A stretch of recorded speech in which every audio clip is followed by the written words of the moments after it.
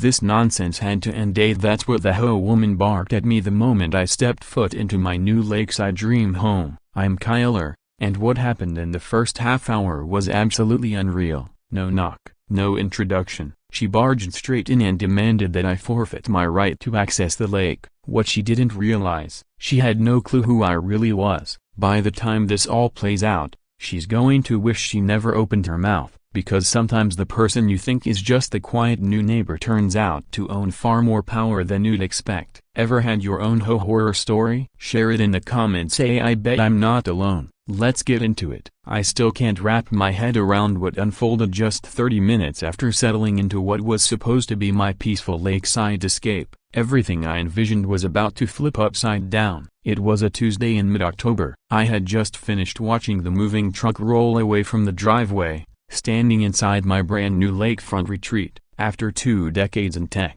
I'd finally bought the dream home I'd been working toward, a serene retirement spot on Clearwater Lake. This wasn't just any house. Picture a wide wooden deck extending out over crystal waters, early morning fog drifting across the surface, and total silence, broken only by the distant sound of loons calling. After 20 years of non-stop conference calls and code sprints, I was finally entering my quiet phase. By the time the movers were done, I was alone in the house with a hot mug of coffee, feeling just for a moment like I might have finally figured out how to balance life and work. Then the doorbell rang. I wasn't expecting visitors. I didn't want visitors. The timing felt too precise, like someone had been watching for the moment I let my guard down. I opened the door and there she was, a woman in her 50s, standing as if the property belonged to her. Her eyes raked over me with a judgmental stare, the kind that hits you like a spotlight. She had that expression, you know, the one, like she practiced it every morning in the mirror just to intimidate people.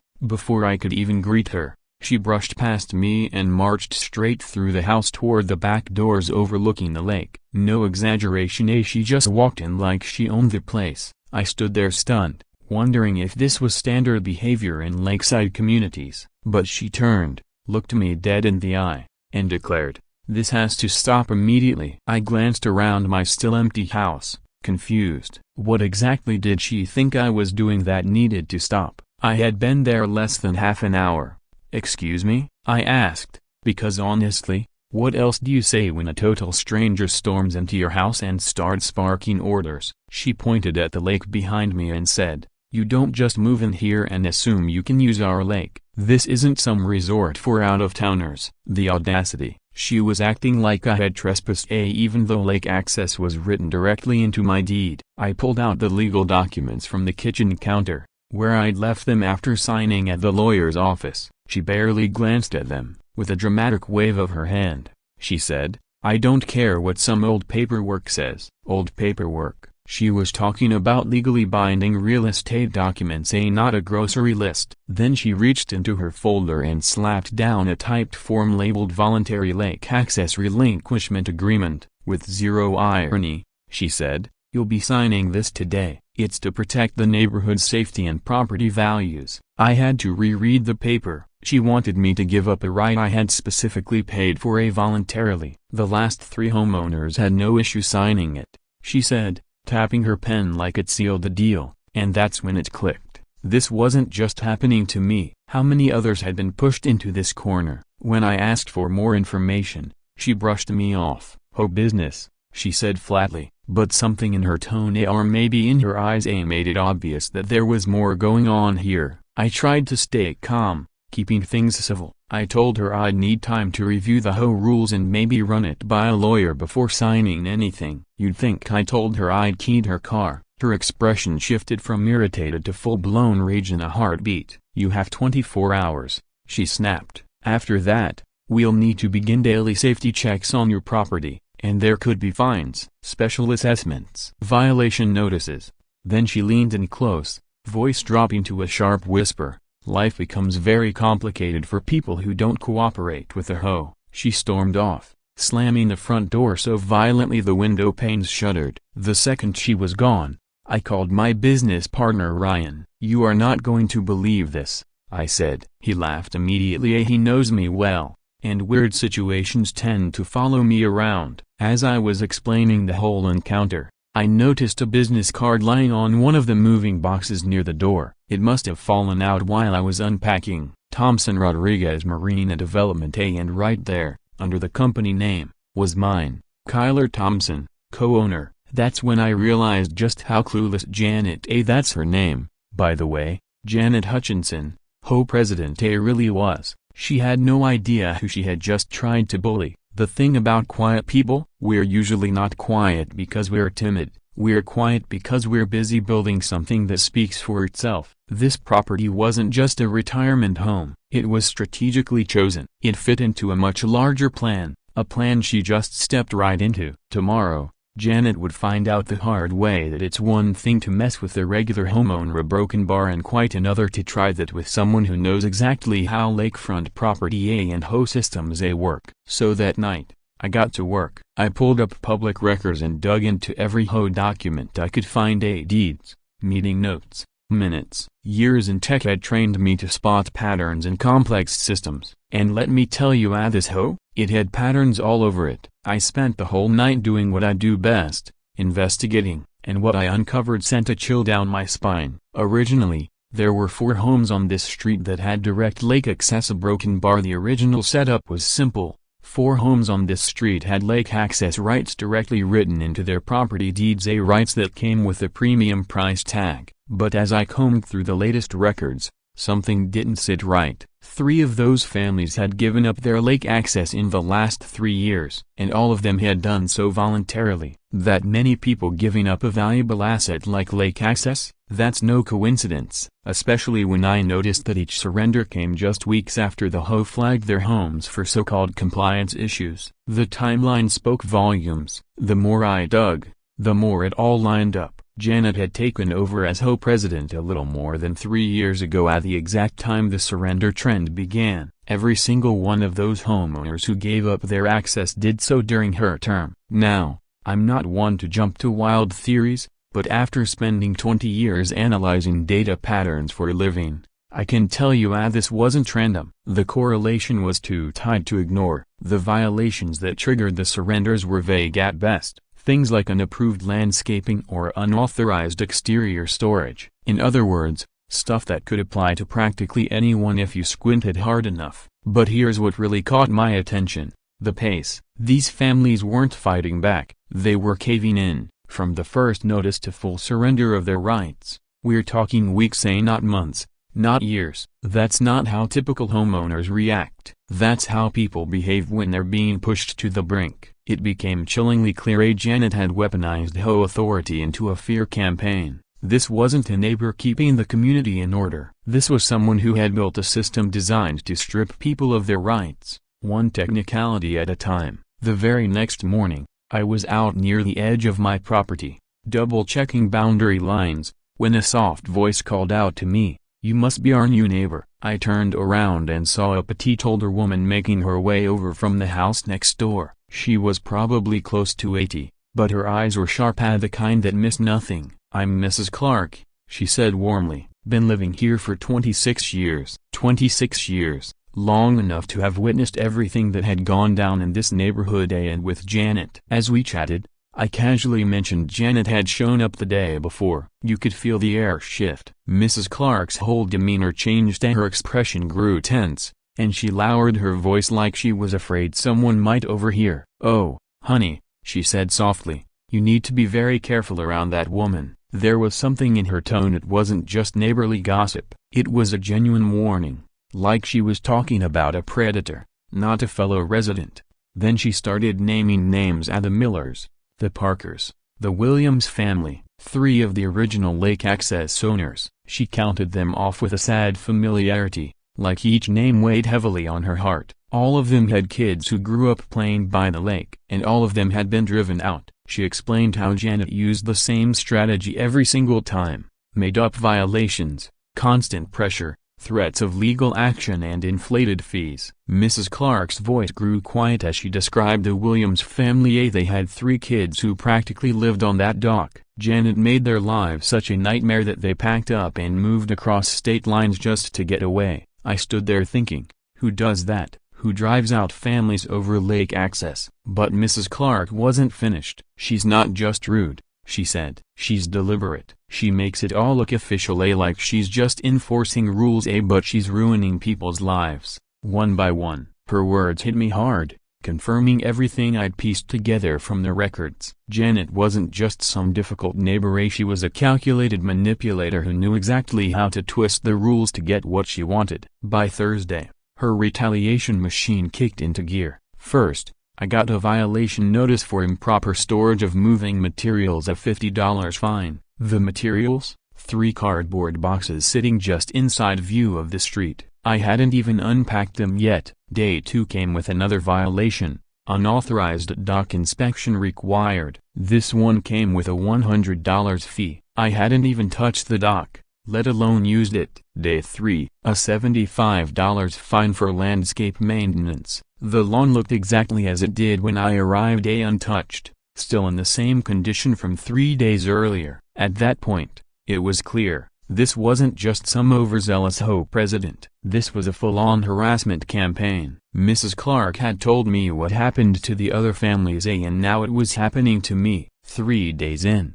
and I was already $225 in finesse, a broken bar for nothing. It was obvious now Janet had refined this process over years. Each violation was designed to be just official enough to look legitimate while turning up the heat financially and emotionally. She was a professional at pushing people to their limits. So, I did what any sane, prepared person would do. I started gathering evidence. I installed security cameras that same afternoon.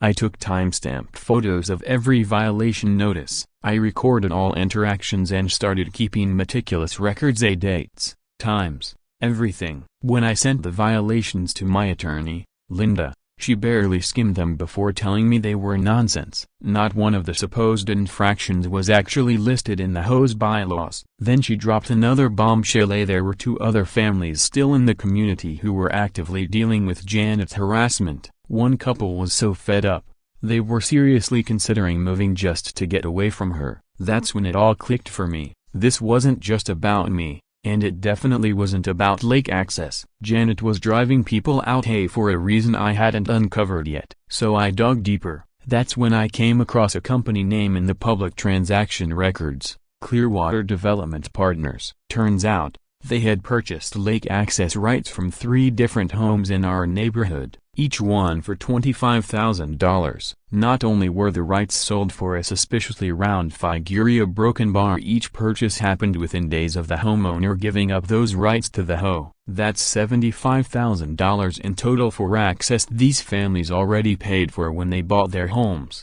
And then came the final puzzle piece, a broken bar. Clearwater Development Partners, a name that popped up over and over again, was headed by a man named Marcus Williams, who ran a Marina development company. When I saw his name connected to those transactions, the picture came into focus. This wasn't just some HOA power struggle. It was starting to look like a well-organized scheme to strip people of their rights.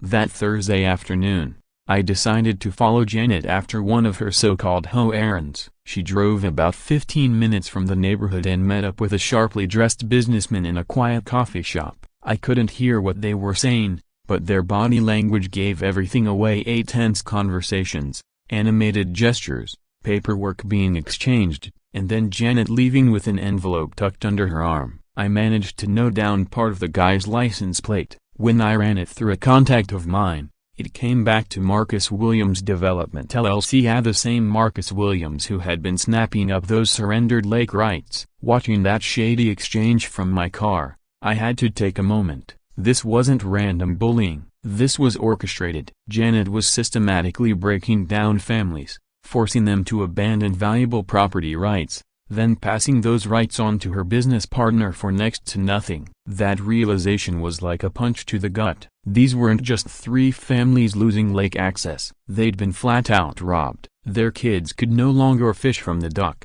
Their homes had lost value, and someone else was cashing in on something they'd paid for fair and square. And Janet, she was getting paid to do it. I called Ryan to bring him up to speed, but as I was dialing, a question nagged at me. Should I drop everything on Janet right now, exposing her to the whole community, or wait, collect more evidence, and crush her operation for good. Sometimes it pays to be patient, but with how many families she'd already steamrolled, I felt a moral obligation to stop her as soon as possible. The only problem was timing. Should I risk letting her do more damage while I built an airtight case? Meanwhile, Janet had called a last-minute emergency home meeting for that evening at 7, no doubt scheduled to make it as inconvenient as possible for most working families. She knew the retirees would show up, though, and that's exactly who filled the seats at the community center. Around 20 people, mostly older residents who looked at me like I was the villain. Clearly,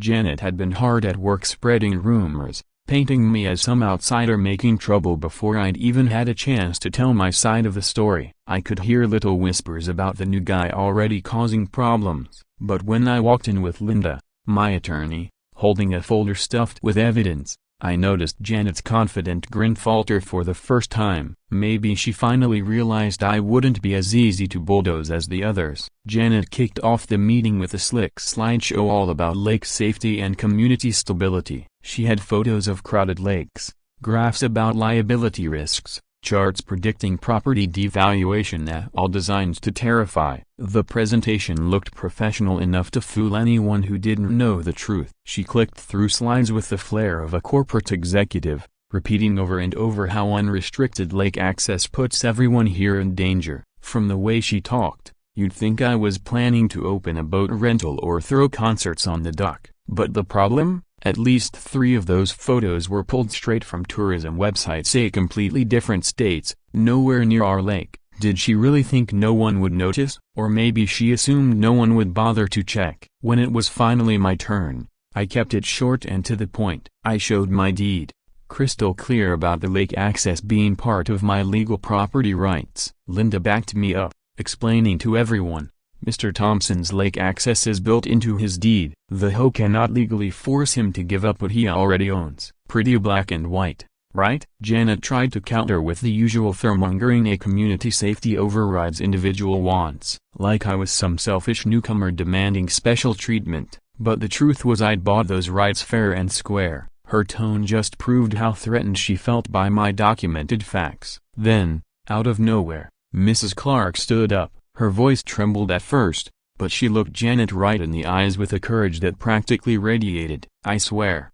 seeing that 79-year-old woman speak up was more inspiring than anything I'd seen in years. She took a deep breath and said, Janet, you did this exact same thing to the Millers, the Parkers, and the Williams family. The entire room fell silent, like someone had shut off the air conditioning. You buried them in fake violations and daily harassment until they gave up just to find some peace, she continued, her voice gaining strength with every word. I could feel the shift in the room as she spoke. The illusion Janet had created was beginning to crack. Mrs. Clark called out Janet's manipulations one by one, reminding the group how those families had been smeared as troublemakers when really they just wanted to enjoy the lake they'd paid for. And sure enough, I could see faces in the audience start to change. Some people nodded, remembering those families. I remember the Williams family, one neighbor spoke up. They were good people. Those kids only wanted to fish. Of course, Janet still had a few die-hard supporters. Someone piped up with, Janet's kept our property values strong for years. We need to trust her judgment. The tension was thick enough to slice with a knife. And sitting there, I realized this was exactly the kind of division Janet had always relied on to keep people suspicious of each other so no one would look too closely at her. She thrives on chaos, stirring up conflict wherever she goes, pitting neighbor against neighbor so no one can unite against her schemes. It's actually a clever tactic, if your goal is to destroy a community for your own gain. But Janet was starting to unravel, and people who are desperate tend to slip up. Her voice grew sharp, almost screechy, as she yelled, "This is the kind of disruption these agitators bring." Agitators. There it was again. Then she pointed directly at me. "I don't care who you think you are. The rules apply to everyone who I think I am." That was my cue. It was time to show Janet exactly who she was up against. "Before you go any further with threats and accusations," I said calmly, "there's something you should probably know." The entire room went silent. "I'm Kyler Thompson, co-founder of Thompson Rodriguez Marina Group. We collaborate with lakefront communities all across this region." The moment I said that, her expression faltered, the confidence on her face began to melt away, replaced by something she rarely showed, an uncertainty. I continued, "My partner, Ryan Rodriguez, runs the largest marina consulting firm across 3 states. For the past 2 years, we've been developing a major project for this lake." For the first time since I'd met her, Janet wasn't just angry as she looked shaken, and though she tried to recover, the fear in her eyes was unmistakable. Still, she didn't back down. She lashed out louder than before. "I don't care who you are, the rules apply to everyone." Those rules, of course, were the same ones she'd been inventing and twisting to bully families into giving up their rights. "This community won't be pushed around," she declared. But her voice caught on the word pushed. Ironically, intimidation had been her leadership strategy for years. Now she was pretending to stand against it. "Let's see what the courts say about your so-called business ties," she added with a sneer. Courts? She was the one acting like the law didn't apply to her. I almost felt sorry for her. Almost. The meeting ended without a clear conclusion, but it was obvious something had shifted. The momentum was mine now, and Janet knew it. You could feel it in the air. Conversations were happening in hushed tones. Doubt was growing. People were starting to reconsider everything they'd accepted about Janet's version of leadership. Janet left in a hurry, but not before shooting me a look filled with equal parts hatred and fear. As people filtered out of the room, Mrs. Clark came over and gently touched my arm. "Watch your back, sweetheart," she whispered. "When Janet feels threatened, she gets dangerous." "Dangerous," I replied, trying to sound unfazed. "What's she going to do, send me more bogus citations?" But something about Mrs. Clark's expression stuck with me. There were layers to Janet's behavior I clearly hadn't uncovered yet. What had she done to the other families when they pushed back? As I watched Janet retreat, it hit me I'd just gone to war with someone who'd been perfecting her tactics for 7 years. She knew every dirty move, every legal gray area, and every manipulative trick to make people surrender. And now, all of it would be directed at me. But I had something she wasn't expecting: real influence, solid backing, and a business partner arriving with enough clout to shut her down for good. The only question was I ready? Tuesday morning, I was sipping coffee on the deck when a sleek black Tesla pulled into my driveway. Out stepped Ryan Rodriguez, commanding presence, sharp as ever, and totally in his element. We've been business partners for 8 years, each bringing something essential to the table. I handle the engineering and infrastructure, he manages the business development. Together,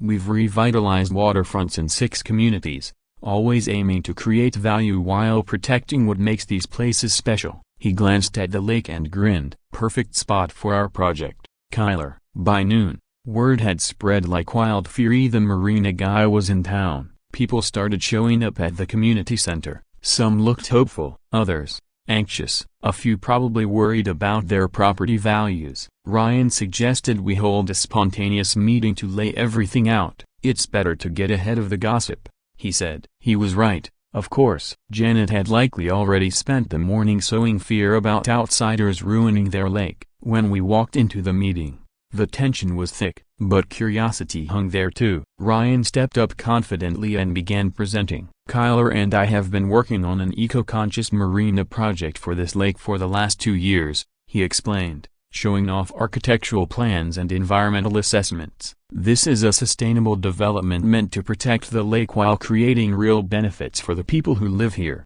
The renderings showed a thoughtfully designed marina with native plants, solar infrastructure, and environmentally friendly docks. He explained that, on average, our projects raise property values by 30 to 40%. "We're talking about 60 permanent jobs, plus seasonal work ideal for students and retirees," he added. You could feel the mood in the room shift. The fear started melting into cautious optimism. I added a thought that had been on my mind. Sometimes, the biggest problem a community faces turns out to be its biggest opportunity. Ryan nodded and continued with the details, but I saw people taking it in. Maybe they were realizing we weren't just here to build something, we were here to make a difference. Think about Ida. If someone tried to strip you of your rights on day one, would you roll over just to keep the peace? Or would you push back? Ryan's tone grew more serious. The room quieted again, Something darker was coming. He's been trying to sabotage this project from the very beginning, Ryan said, holding up a thick binder of evidence. Mrs. Hutchinson has been secretly dealing with our competitors, taking payments to pressure homeowners into surrendering their lake access rights. The room went completely silent. She had been covertly selling off those rights to a rival developer for $25,000 each, essentially robbing families who had already paid for them. I watched Janet's expression shift as Ryan methodically presented the evidence. Emails, texts, bank records, all traced back to Marcus Williams' development. Her face crumbled as if her entire foundation was collapsing in front of everyone. Ryan laid out side-by-side visuals of both proposed developments. Theirs included a budget marina crammed with as many housing units as possible, no care for the environment, and maybe a dozen minimum wage jobs. Ours, 60 well-paying jobs, eco-friendly protections, and a marina designed to enhance the neighborhood rather than exploit it. The contrast hit hard. People were realizing just how much Janet had nearly cost them. She was ready to sacrifice this community's future for her own financial gain, Ryan said, locking eyes with her. The response was explosive. Voices filled the room in accusations, disbelief, and raw fury. She lied to us? Someone shouted. She said the marina would tank our property values. The frustration in that room was justified. These residents had placed their trust in Janet to protect the community, and instead, she'd been quietly selling them out. Mrs. Clark stood up, trembling with rage. You ruined 3 families over money, Janet. You forced those kids to leave their friends for a paycheck. I'd never seen a 79-year-old woman so furious, and she had every right to be. Janet tried to talk her way out of it, claiming she'd been acting in the community's interest, exploring every possible path for the best outcome. But the moment people demanded proof and Ryan presented the actual bank statements, her defense unraveled. I never accepted any money, she insisted weakly. But the documents told a different story. At $25,000 here, $10,000 there, each payment lining up exactly with a homeowner relinquishing their lake access. The proof was damning, and Janet knew she was cornered. Linda, my attorney, stepped in to explain that accepting funds while serving as HOA president was a serious breach of fiduciary responsibility. The community immediately called for a vote to remove her from officia, and not a single person voted to let her stay. Watching her downfall unfold, I'll be honest, it was satisfying. This woman had displaced families, stripped away their rights, and tried to bully me into giving up mine. Now, she had to face the very people she'd betrayed and acknowledge what she had done. I only wanted the best for everyone, she murmured. But Mrs. Clark didn't let that pass. No, you wanted what was best for your bank account, Janet. Following the vote, Janet packed up and left in silence. I watched her drive off, probably for the last time, wondering if she fully grasped how much she had lost. With her gone, the community voted to approve our marina proposal. The excitement was palpable. People were genuinely enthusiastic about the jobs, the environmental care, the boost to property values, everything we had designed to benefit them. For the next hour, I shook hands with dozens of neighbors who had gone from wary skeptics to eager supporters. It was amazing how quickly opinions shifted once the truth was revealed. As I stood there, watching Janet disappear down the road, I couldn't help but remember this all started because she tried to push around one quiet homeowner. And now, she had nothing left. Her influence, her reputation, her shady plans gone. But I knew deep down, it wasn't truly over. People like Janet don't fade away quietly. Fortunately, the law stepped in. Within a week, the County HOA Oversight Board launched a formal investigation, and they weren't playing games. Janet was hit with fines, including $2,400 from our own neighborhood. She also had to cover $4,800 in legal costs for the families she had intimidated. But the real punishment went beyond money. She was barred from serving on any HOA board for the next 5 years, effectively ending her reign for good. The rival developer who had been secretly funding her, they cut ties immediately and even threatened legal action for breach of contract. Meanwhile, her real estate license came under ethical review. And between you and me, I don't think she'll ever work in property management again. The families she hurt, Millers, Parkers, and Williams all filed lawsuits for fraud and harassment. Linda helped them build rock-solid cases. The evidence was overwhelming. Janet's behavior was calculated. Linda told me, she caused serious emotional and financial harm for her own benefit. The Williams family's case hit me hardest. They had to uproot their lives and move with 3 young kids because Janet saw dollar signs in their lake access. Just imagine someone bullying your family out of your home through deception and threats. Wouldn't you want justice? Now, at last, justice was catching up to her. Every lie, every betrayal, every underhanded move, she was being held accountable. But the most dramatic change was what happened to our neighborhood. It was like a fog had lifted. Suddenly, neighbors were friendlier, more engaged. People who hadn't spoken in ages were sharing stories over fences again. Home meetings stopped being battlegrounds and turned into real conversations about making things better. Within weeks,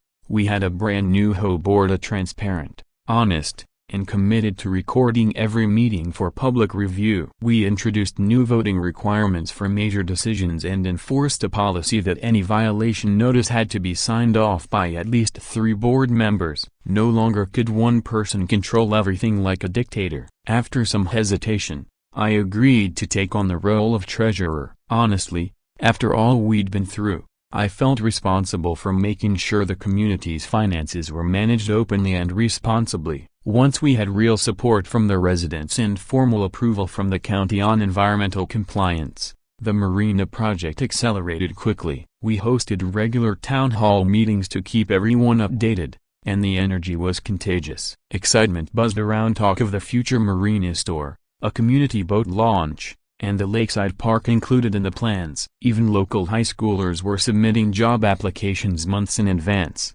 and contractors were actively competing for the opportunity to work on the development. The positive impact was already being felt before a single shovel hit the ground. Property values began to climb almost immediately. Within 3 months of the announcement, home values increased by an average of 38%. Houses that had sat unsold for months were suddenly going under contract in just weeks. Mrs. Clark became something of a local legend, deservedly so. The neighborhood even organized a special meeting to publicly recognize her for the courage she showed when everyone else was too scared to speak up. If not for her bravery, I told everyone that day, Janet might still be running people out of their homes. Watching that incredible 79-year-old woman get the credit she had long earned, it reminded me why standing up to corruption matters. She could finally enjoy her garden and her home without constant anxiety or threats. Meanwhile, every family Janet had targeted had their violation notices thrown out,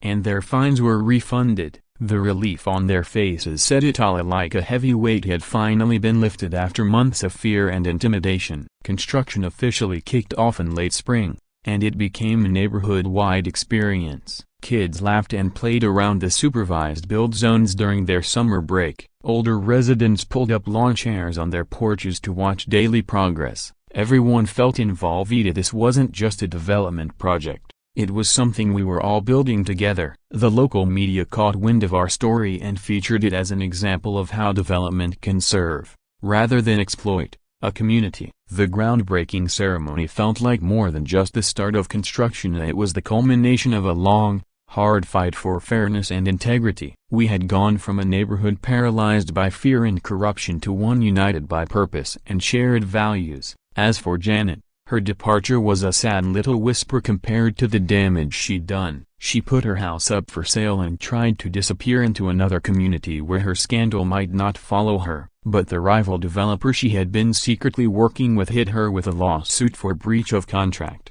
Meanwhile, her house sat unsold for months, and no surprise, considering the reputation that clung to it like a stain. When she finally sold, it was at a major financial loss. Mrs. Clark, who had lived next door to her for years, had mixed feelings watching it all unfold. One afternoon, as we overlooked the progress being made on the Marina, she told me, "Justice isn't just about punishment, it's about creating something better afterward." Janet being held accountable was important, but what we built from all this is just as meaningful. We didn't just stop here, we gave this community something to be proud of. And she was right. From the ashes of corruption, we've grown a stronger, fairer neighborhood. Families who had been wronged felt seen. Our governing process was now democratic and inclusive, and the Marina project was on track to serve generations to come. Sometimes, the most powerful way to defeat corruption is to build something so good that people forget the corrupt ever existed. 6 months after the ordeal began,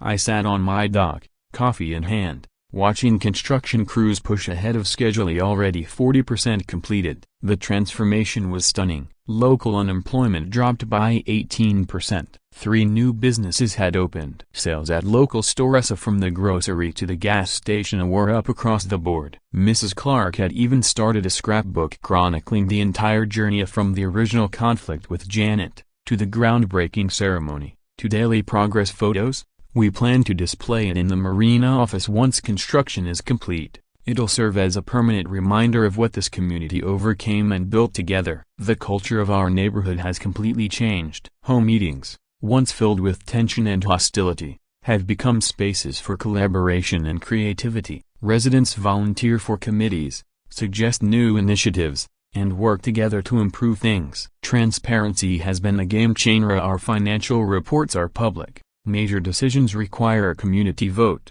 and no one person can issue a violation notice without the board's consensus. My role as community liaison for the Marina has been one of the most rewarding experiences of my life. Making sure residents are heard and the project reflects our collective vision has been more fulfilling than anything I did in my previous tech career. The ripple effect of our turnaround has reached beyond our neighborhood. I've received emails from homeowners in other communities struggling with similar HOA corruption, asking how they can stand up and reclaim their power. Janet's downfall has become a case study in the county, strengthening homeowner protections and putting other HOA leaders on notice. Intimidation and abuse will have consequences. Mrs. Clark and I have even become informal mentors for other neighborhoods looking to reform their leadership structures and protect their residents. We've helped other neighborhoods introduce transparency and accountability into their own leadership systems. Every now and then, I think about how different things might have been if I'd just signed Janet's paper that first day. Would I have stood up for my rights, or taken the easy route? I'm glad I chose to fight it because it turned into something far bigger than just protecting my own property. The Marina project exceeded all our original expectations. Thanks to Clearwater's success,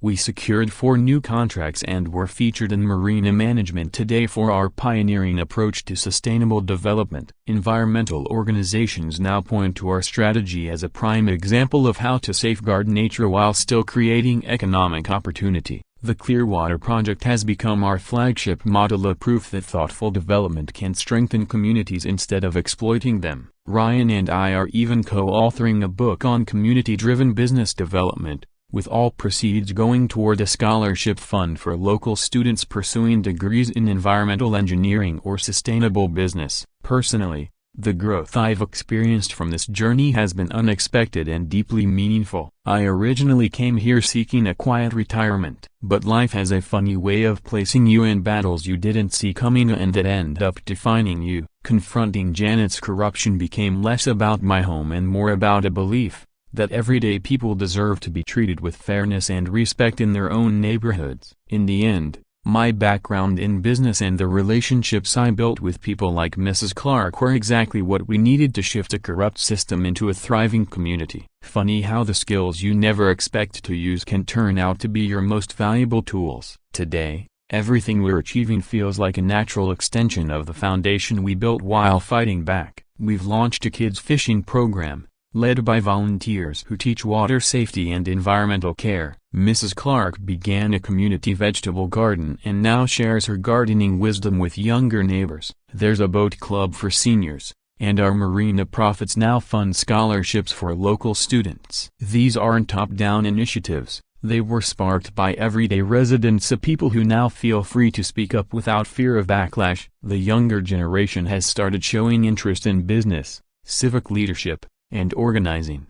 Inspired by what we've accomplished here, that gives me hope. While the recognition we've received has been humbling, the real value lies in showing others what's possible when a community unites. At our Marina's groundbreaking ceremony, the county honored us with a Community Excellence Award, and the mayor applauded our innovative partnership between local government and residents. Mrs. Clark was named Citizen of the Year, a title she absolutely earned. But more meaningful than any award is seeing our neighborhood flourish, knowing we've created something that will serve families for decades. We're even planning a second phase, adding a conference center where other communities can come to learn about building partnerships and practicing democratic leadership. Our goal is simple: help others achieve the kind of transformation we've experienced here. Sometimes, when I look around at everything we've built, I can't help but think of all the other Jeanettes still out there abusing power, intimidating families, undermining trust. A part of me wants to enjoy the peace we fought so hard for,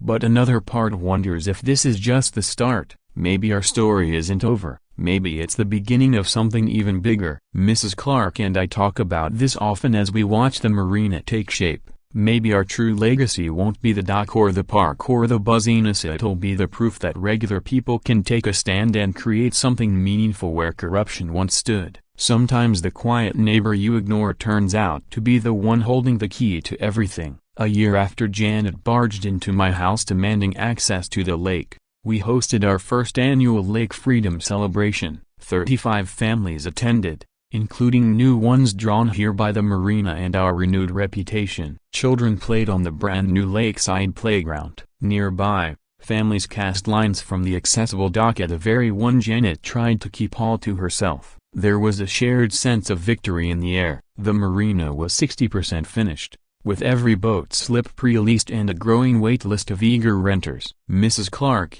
now 80, sat beside me on the dock as the sunset reflected off the lake. "Looks like you got your peaceful retirement after all," she said with a grin. I couldn't help but laugh. "Not the way I imagined it," I replied, "but I'll take it." We had created 62 good jobs in the most beautiful marina in the region. Sometimes, life's best plans are the ones you didn't plan at all. Looking at our community now, it's hard to believe that just a year ago, we were living under fear and dysfunction. The economic turnaround has been remarkably. Home values have risen an average of 41%, and there's now a 6-month wait to buy into the neighborhood. Local shops are thriving from the increased traffic and new residents. But even more valuable than the money or growth is the trust we've rebuilt. People speak up in meetings now. They work together to fix problems. They feel safe being honest, because they know they won't be punished for it. That change inspirited confidence and unity is worth more than any profit the marina has brought in. Janet never came back after her public humiliation during that final meeting.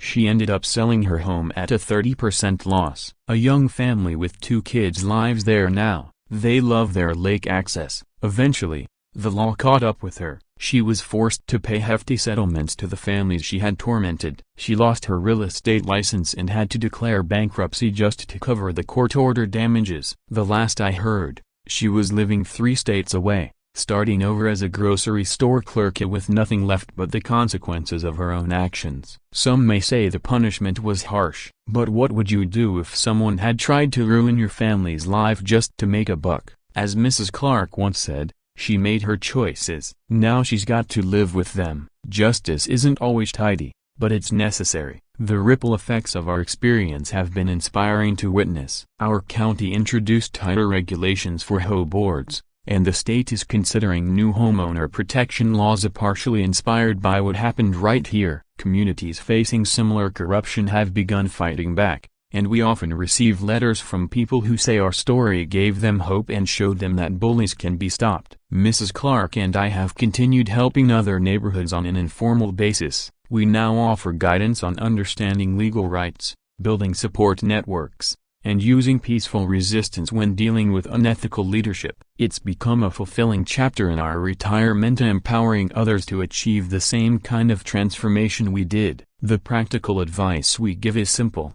A sense document everything. A sense learn the laws that protect you. A sense find allies who care. A sense and look beyond your immediate problem to see the bigger picture. These tools can help anyone stand up to abuse of power. Meanwhile, our marina business has become a regional model for ethical, sustainable waterfront development. We've launched successful projects in 6 different states, each one built on the same foundation of community partnerships. We've shown that you can run a thriving business while strengthening the neighborhoods you serve. The book Ryan and I co-wrote on community-first entrepreneurship is now being used in university classrooms. The proceeds have funded scholarships for 12 local students pursuing degrees in environmental engineering and sustainable business. But the greatest proof of our vision's success is right here at Clearwater Lake. Families are now enjoying the lakeside they were once pushed away from. Children are fishing from the very dock Janet tried to claim as her own. And any future HOA president thinking of abusing their power knows better the community won't stand for it. This entire experience taught me some powerful lessons I want to share. First, understand the rules that shape your daily life. People in power count on your ignorance. Second, facts beat feelings. Keep records, photos, and emails if they will speak louder than emotions in any legal dispute. Third, you can't win alone. Find people who care and build coalitions. Fourth, stay calm, even if anger feels good. Professionalism carries more weight in the long run. Finally, fight for the bigger picture. When you focus on solutions that help everyone, you turn conflict into real, lasting change. For me, the real victory wasn't Janet's downfall or the money we earned. It was seeing Mrs. Clark teaching children to fish on the dock Janet once tried to claim. It's families enjoying the lake again, families who once felt forced to give up their homes. And most of all, it's knowing that corrupt leaders will now think twice before trying something like this again, because our neighborhood discovered its own strength. Sometimes the best revenge isn't fighting back, it's building something so meaningful, so successful, that no one even remembers the people who tried to destroy it. That's exactly what we've done at Clearwater Lake. So here's what I want every viewer to understand. If you're facing a nightmare HOA, a land dispute, or community corruption, don't give up. You are stronger than you realize. That quiet neighbor might have a law degree. That retired grandma might be tougher than she looks. That bullied homeowner might be the one who turns everything around. Document what happens. Find people who will stand with you. Bring in professionals when needed. And most importantly, think beyond just solving your own issue. Ask yourself, how can I turn this into something that helps everyone around me? That's how true, lasting change is born. As I finish this and look out across Clearwater Lake, the marina stands silhouetted by the setting sun. Families gather by the water. Kids laugh and play without fear. Neighbors chat like old friends, are something we never saw during Janet's time in charge. Even her old house tells a new story now. A swing set sits in the yard. Children's bikes lean on the porch. There's a garden gnome near the steps and a welcome mat at the door, and this time, it actually means welcome. That single image says more than words ever could. To any power-hungry HOA board member watching this,